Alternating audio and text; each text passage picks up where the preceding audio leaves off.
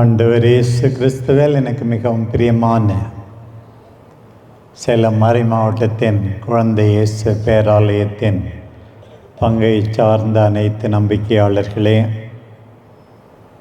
மற்ற அன்பர்களே, குழந்தைகளே,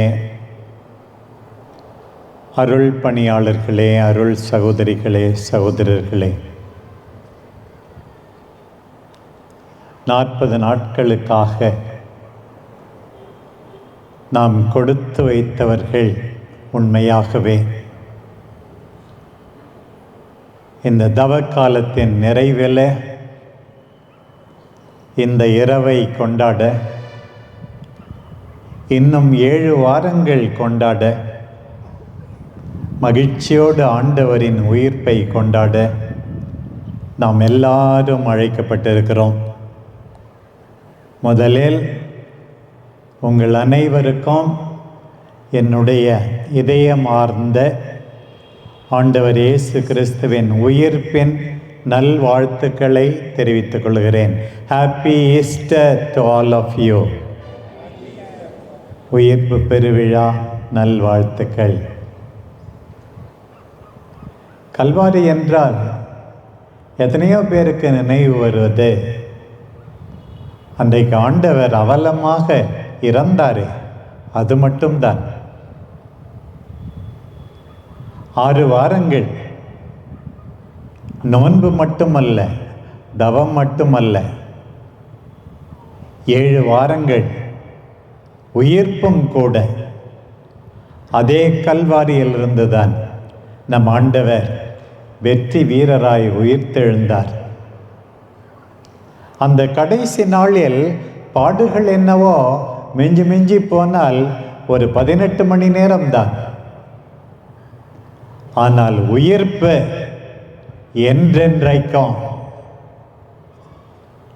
நாம் எல்லாரும் உயிர்ப்பின் மக்கள். அல்லேலூயா நம்முடைய பாடல் என்பதை மறந்துவிடக்கூடாது.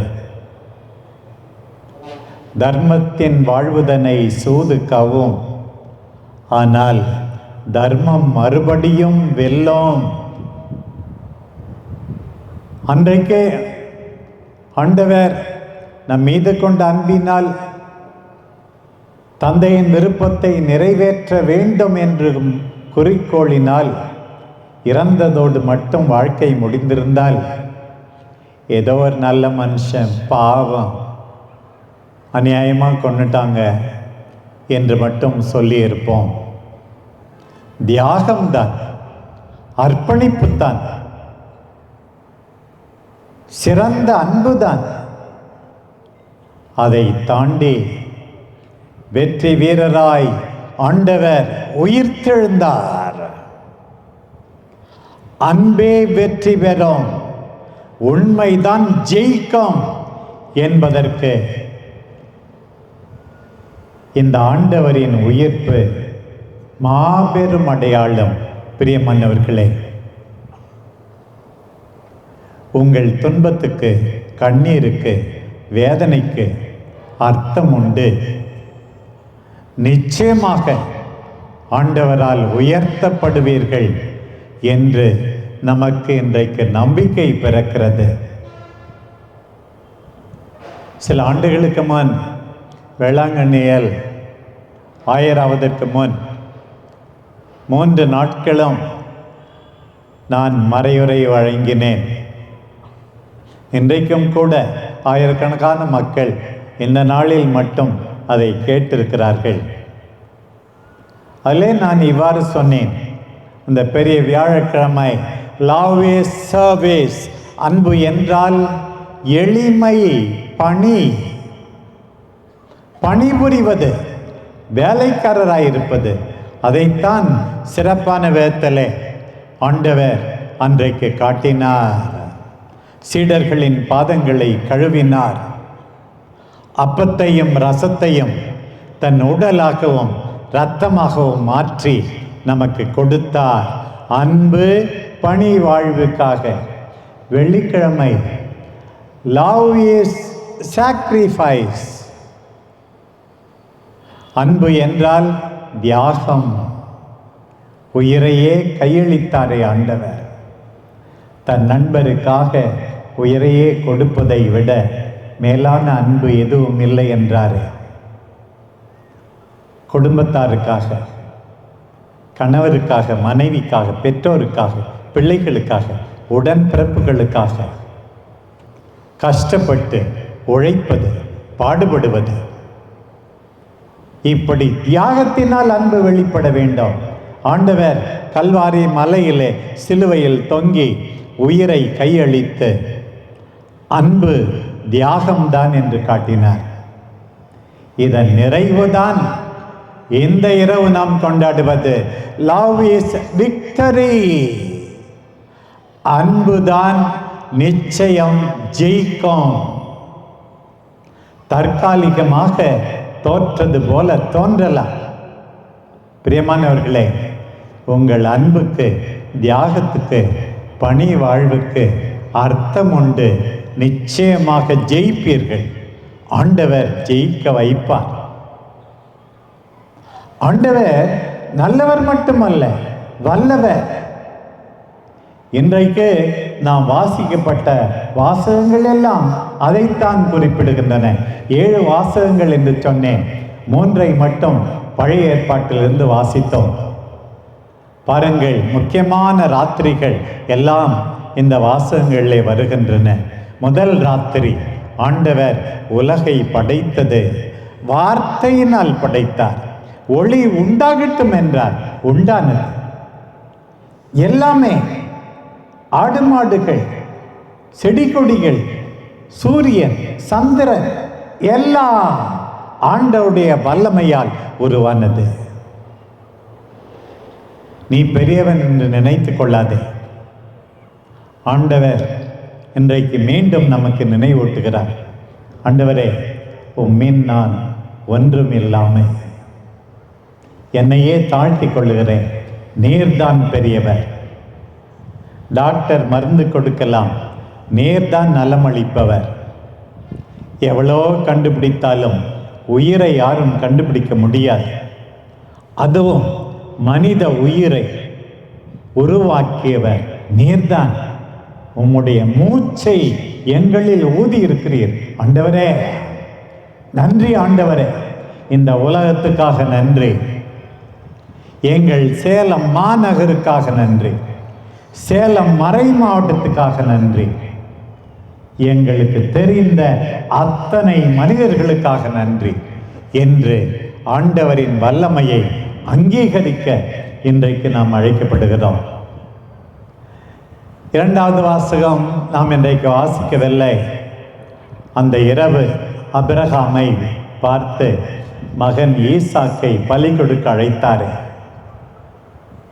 ஆபிரகாம் உடனே கீழ்ப்படிந்தார். மொரியா மலைக்கு போனார். மகனை கட்டினார். கத்தியை எடுத்தார்.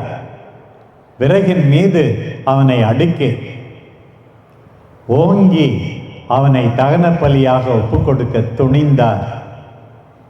ஒரு வேத்தல் ஆபிரகாமை பொறுத்த மட்டில் ஈசாக் இறந்து விட்டான். அவருடைய உள்ளத்திலே ஆண்டவர் உயிரை கொடுத்தார், மகனை கொடுத்தார். பிரியமானவர்களே, இன்றைக்கு ஆண்டவரே, என் அன்புக்குரியவர்கள் இப்படி வேதனைப்படுகிறார்களே, தாரும் ஆண்டவரே, உயிர் தாரும் ஆண்டவரே என்று கேட்கும் போதெல்லாம் நம் எல்லாருக்கும் ஆண்டவர் நிச்சயமாக அற்புதம் செய்வார். அதுவும் ஒரு உயிர்ப்பு, ஈசாக்கின் உயிர்ப்பு. வல்லமையுள்ள ஆண்டவர். ஆண்டவரே, நீர் எவ்வளவு பெரியவர், நல்லவர் மட்டுமல்ல, வல்லவர். இன்றைக்கு 3வது வாசகம் அது மட்டும் விட்டுவிடப்படவே கூடாது என்று இங்கே எழுதியிருக்கிறது. மற்ற 7 வாசகத்தில் ஏதாவது விட்டுடலாம். இன்னைக்கு வாசித்த 2வது வாசகம், வாசக நூலிலே கொடுக்கப்பட்டிருக்கிற 3வது வாசகம் விடப்படவே கூடாதான். இஸ்ராயேல் மக்களின் நாடி நரம்புகளை முறுக்கிவிட்ட ஒரு அனுபவம். எகிப்தில் அடிமையாயிருந்த அவர்கள் கடவுளின் வல்லமையால் பார்வோனின் அடிமைத்தனத்திலிருந்து மீட்கப்பட்டது. செங்கடலை கடந்தது. இறுகி போன மனதுடைய பார்வோன் தலைச்சன் பிள்ளைகள் எல்லாம் அழிக்கப்படும் போது, இஸ்ராயேல் பிள்ளைகள் காப்பாற்றப்படும் போது, சரி சரி நீங்கள் போங்கள், கேட்டபடி உங்கள் கடவுளுக்கு பலி செலுத்துங்கள் என்று உத்தரவு கொடுத்தான். ஆனால் மீண்டும் மனம் கல்லானது. தன் படை வீரர்களை குதிரையிலே அனுப்புகிறான். அந்த மக்களை மீண்டும் பிடித்து கொண்டு வா. மக்கள் என்ன செய்வார்கள்? பாவம். முன்னே பார்த்தால் செங்கடல், பின்னே பார்த்தால் பார்வோனின் படைகள், மேலேதான் பார்த்தார் மோசே.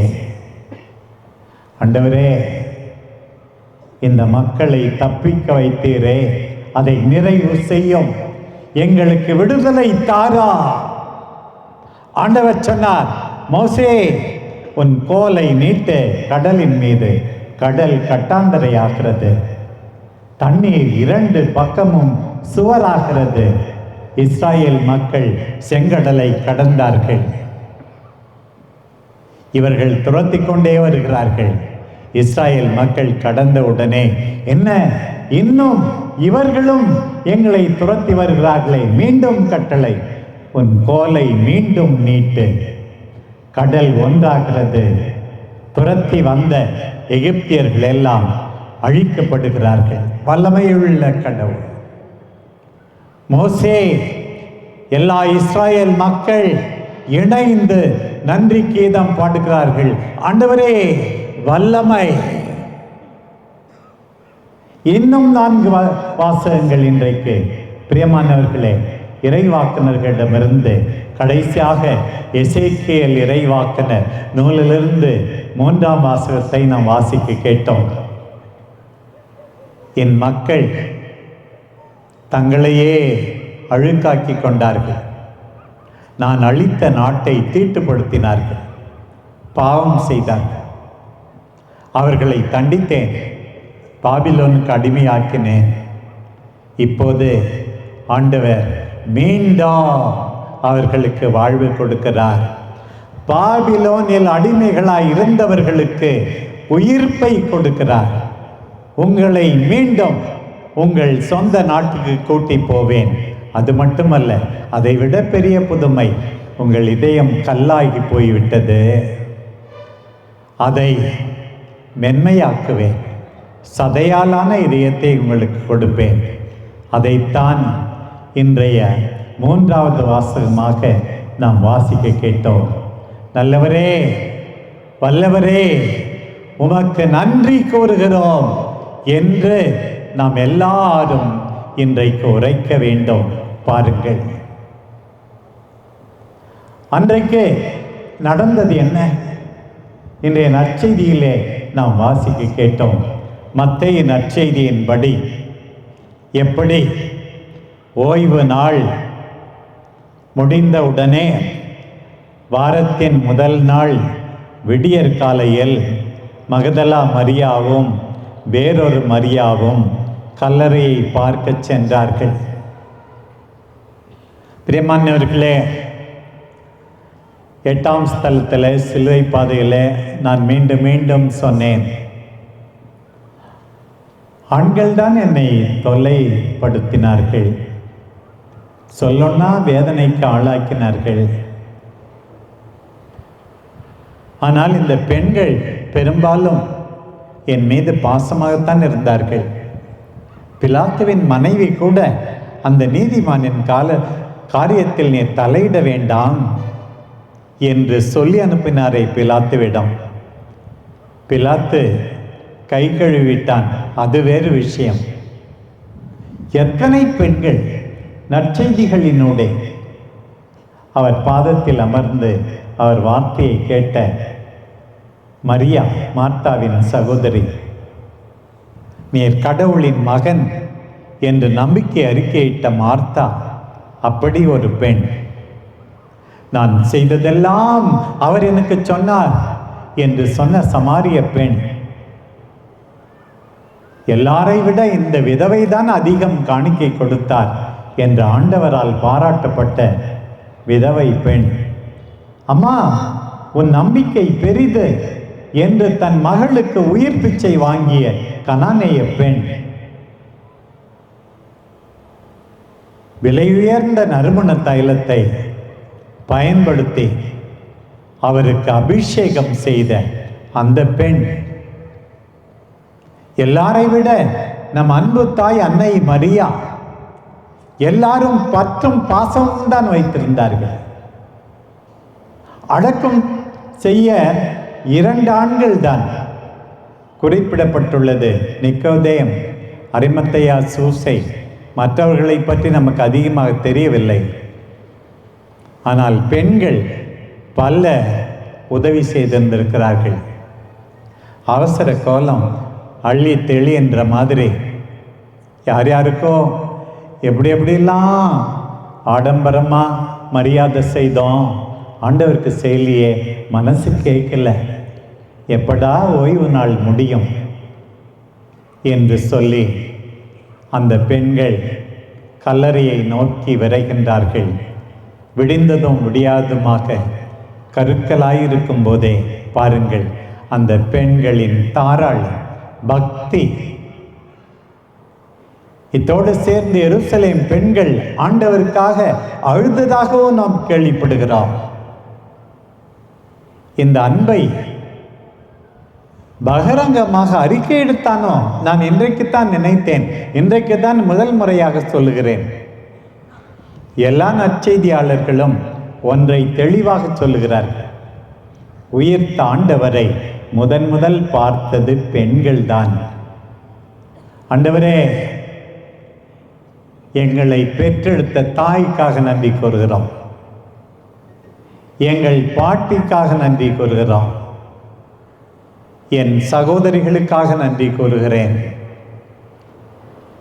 பெண்மை இல்லாமல் திரு அவை இல்லை, சமூகம் இல்லை, குடும்பம் இல்லை. பெண்களுக்கு முக்கியத்துவம் கொடுத்து அவர்களுக்கு முதல் காட்சி கொடுக்கின்றீரே ஆண்டவரே, பெண்மையை போற்றி மதிக்க எங்களுக்கு கற்றுத்தாரும் ஆண்டவரே.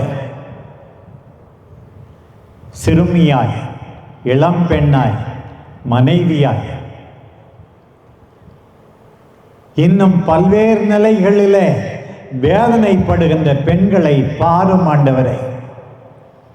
உம் வல்லமையை காட்டும் ஆண்டவரே, அக்கறையை காட்டும் ஆண்டவரே என்று இன்றைக்கு நாம் சொல்ல வேண்டும். பாருங்கள், அன்றைக்கு நிகழ்ந்தது பாருங்கள், ஒரு பெரிய நிலநடுக்கம். ஆண்டவரின் தூதர் விண்ணகத்திலிருந்து இறங்கி வருகிறார்.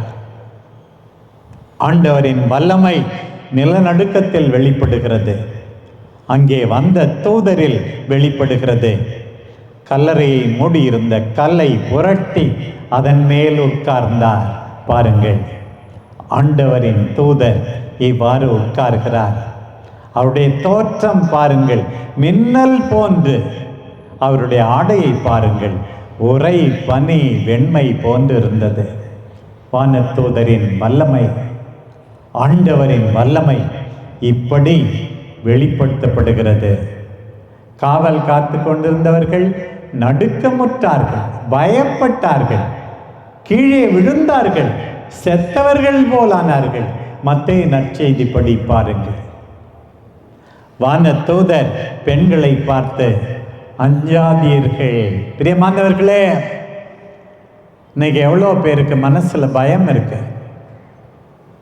ஐயோ, இந்த நோய் வந்ததே, ஐயோ என் மனசுக்கு பிடித்தமானவருக்கு இந்த ஆக்சிடென்ட் ஆயிடுச்சே, ஐயோ பொருளாதார நெருக்கடியிலே வீழ்கின்றோமே, ஐயோ இந்த மாசத்தை எப்படி கடத்துவதென்று தெரியவில்லையே, ஐயோ என் பிள்ளை பாஸ் ஆகுமோ பாஸ் ஆகாதோ தெரியவில்லையே, எவ்வளவு நாள் தான் என் மகனுக்கு வேலை கிடைக்காமல் இருப்பது.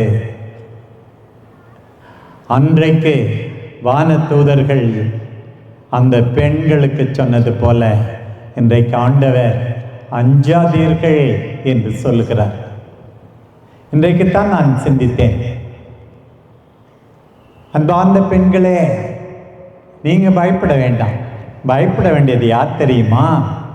அந்த காவலாளிகள் தான். செத்தவர் போல விழுந்து கிடக்கிறான்களே, அவன்கள் தான் பயப்பட வேண்டும். பெண்களே, உங்களோடு நான் இருக்கிறேன். நம்புவோரே, உங்களோடு நான் இருக்கிறேன். உயிர்ப்பை மறைக்க நினைப்பவர்கள் தான் பயப்பட வேண்டும். உயிர்ப்பை நம்புகிறவர்கள் பயப்பட வேண்டாம். உடனே சமணசு சொல்வதை பாருங்கள். சிலுவையில் அறையப்பட்ட இயேசுவை தேடுகிறீர்கள் என்று எனக்கு தெரியும். அவர் இங்கே இல்லை. அவர் சொன்னபடியே உயிர்த்தெழுந்தார். அவரை வைத்த இடத்தை வந்து பாருங்கள். Come and verify. செக் பண்ணுங்க. இந்த இடத்தை பாருங்க, நம்புங்க. பிரியமானவர்களே, நான் பல முறை பல இடங்களிலே சொல்லியிருக்கிறேன். நம்ம எல்லாருக்கும் புரிந்து கொள்ளும் நிலை சமமாக இல்லை. நற்செய்திகளிலே நாம் வாசிக்கிறோம், இந்த மரியமாலேனா போய் ஆண்டவருடைய உடலை யாரோ திருடி விட்டார்கள் என்று பேதுருவிடமும் அன்பு செய்த சீடரிடமும், அதாவது யோவானிடமும் சொன்னாராம். 2 பேரும் வந்தாங்க. யோவான் காலியான கல்லறையை பார்த்தே நம்பினாராம். மரியா காலியான கல்லறை மட்டும் அவருக்கு போதாது, மரியேன் கூப்பிடணும். அப்பதான் அவர்கள் ரபூனி அப்படின்னு கட்டி பிடிச்சிக்கிட்டாங்க அவருடைய பாதத்தை. இந்த தோமையாருக்கு காலியான கல்லறையும் போதாது, கூப்பிடுகின்ற குரலும் போதாது, தொட்டு பார்க்கணுமா. 5 பேர்லும் ஒரே மாதிரி இல்லை. நம்முடைய இயல்புக்கு இறங்கி வந்து, நான் உயிர்த்து விட்டேன், என்னை நம்பு என்று கேட்கிறார் பாருங்கள். அந்த பெண்களிடம், வாங்க வந்து பாருங்க, ஆண்டவர் உயிர்த்து விட்டார் என்று அவர்களுக்கு செய்தி சொல்லப்படுகிறது. இறந்த அவர் உயிருடன் எழுப்பப்பட்டார், கலிலேயாவுக்கு போங்கள் என்ற செய்தி அவர்களுக்கு சொல்லப்படுகிறது. உடனே இந்த பெண்கள் அச்சத்தோடும் மகிழ்ச்சியோடும், ஒரு பக்கம் பயம், நம்ம எதிர்பார்க்கவே இல்லையே,